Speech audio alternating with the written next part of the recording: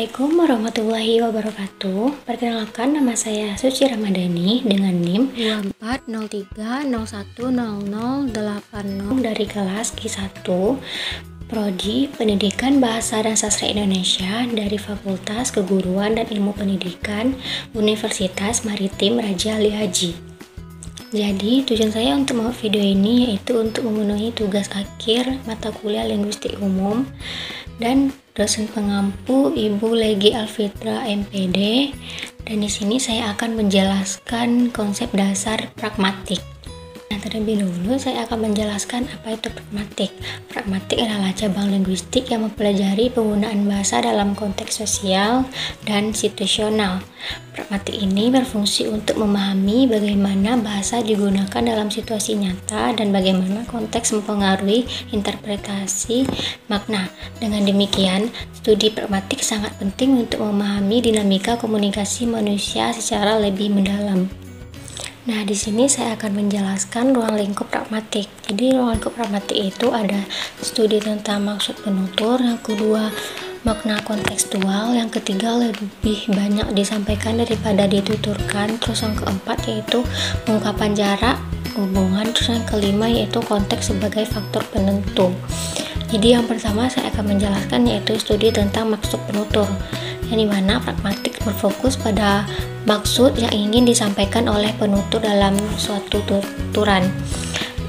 Ini melibatkan pemahaman konteks di mana tutur tersebut diucapkan, termasuk siapa penuturnya, kepada siapa tutur ditunjukkan, dan situasi dan sekitarnya. Yang kedua yaitu makna kontekstual. Pragmatik juga mempelajari bagaimana makna dapat berubah tergantung pada konteks. Pendengar harus mampu menyimpulkan makna yang dimaksud oleh penutur, yang seringkali tidak dapat dipahami hanya dari kata-kata yang diucapkan. Selanjutnya yang ketiga yaitu lebih banyak disampaikan daripada dituturkan.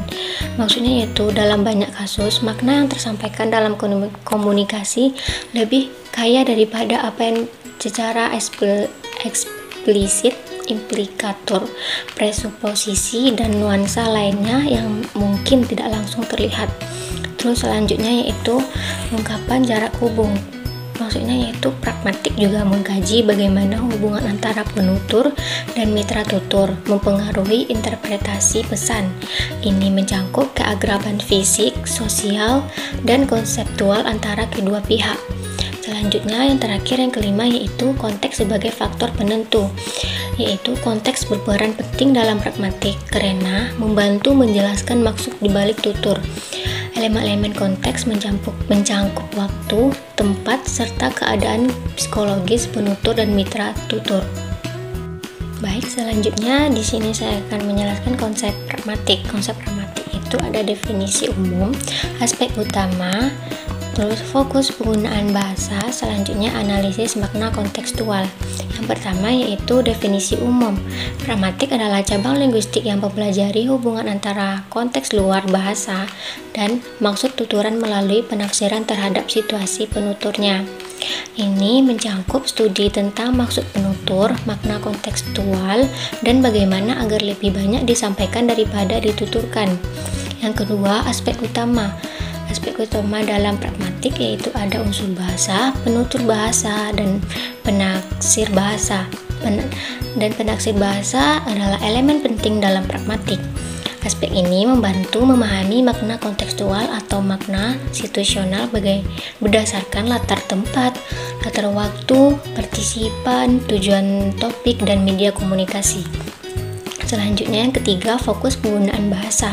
Pragmatik tidak hanya mempertimbangkan struktur bahasa secara inter seperti fonologi, morfologi, sintaksis, dan semantik, tetapi juga bagaimana bahasa digunakan dalam pragmatik memberikan penjelasan eksplisit mengenai cara mengimplementasikan sesuatu dalam konteks tertentu.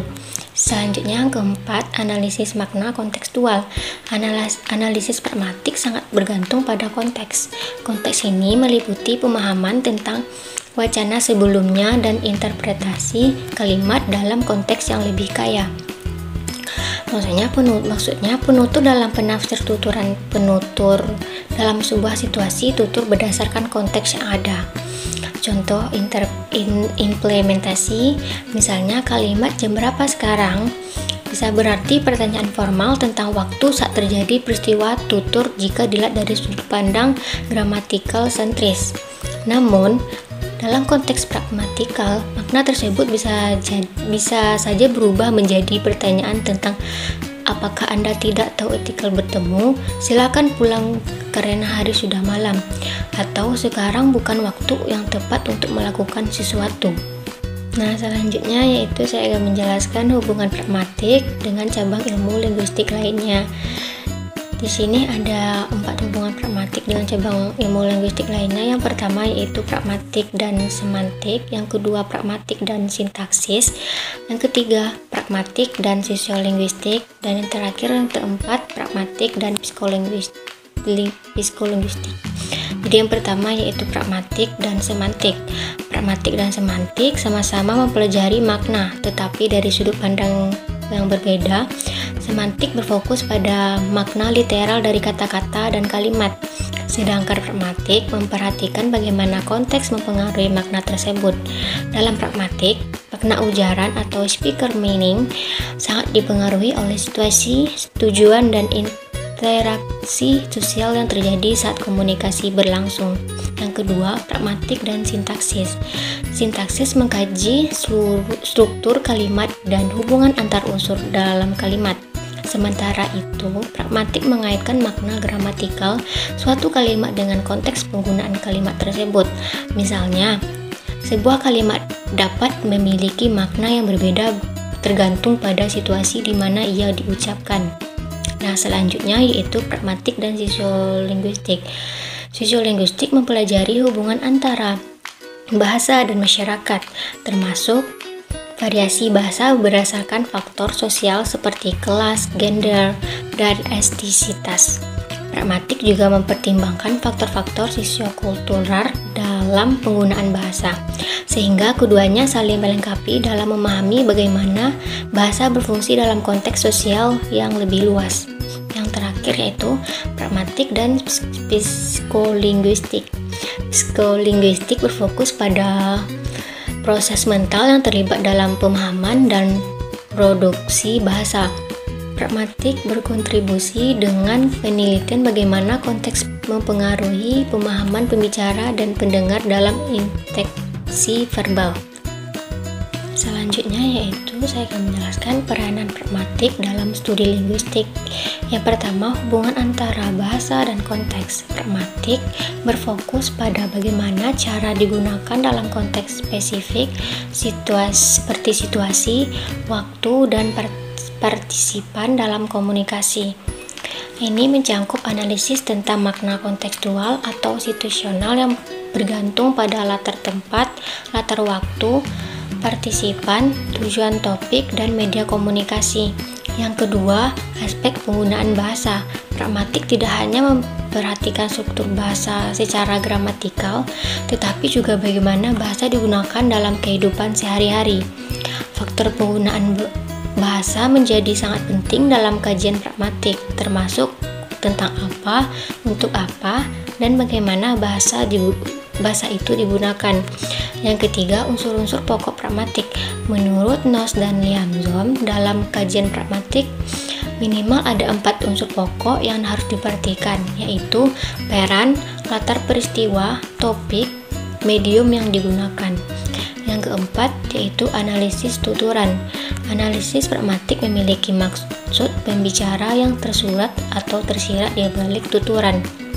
Maksud tuturan terutama yang diimplementasikan hanya dapat diidentifikasi dengan mempertimbangkan komponen situasi tutur secara seksama.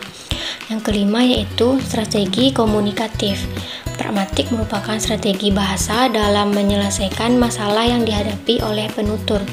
Tujuan utamanya adalah untuk menentukan wujud bahasa yang cocok untuk mewakili sebuah pesan atau informasi yang ingin disampaikan. Sekian penjelasan saya tentang konsep dasar pragmatik. Apabila kalau ada kata yang salah, mohon dimaafkan. Wassalamualaikum warahmatullahi wabarakatuh.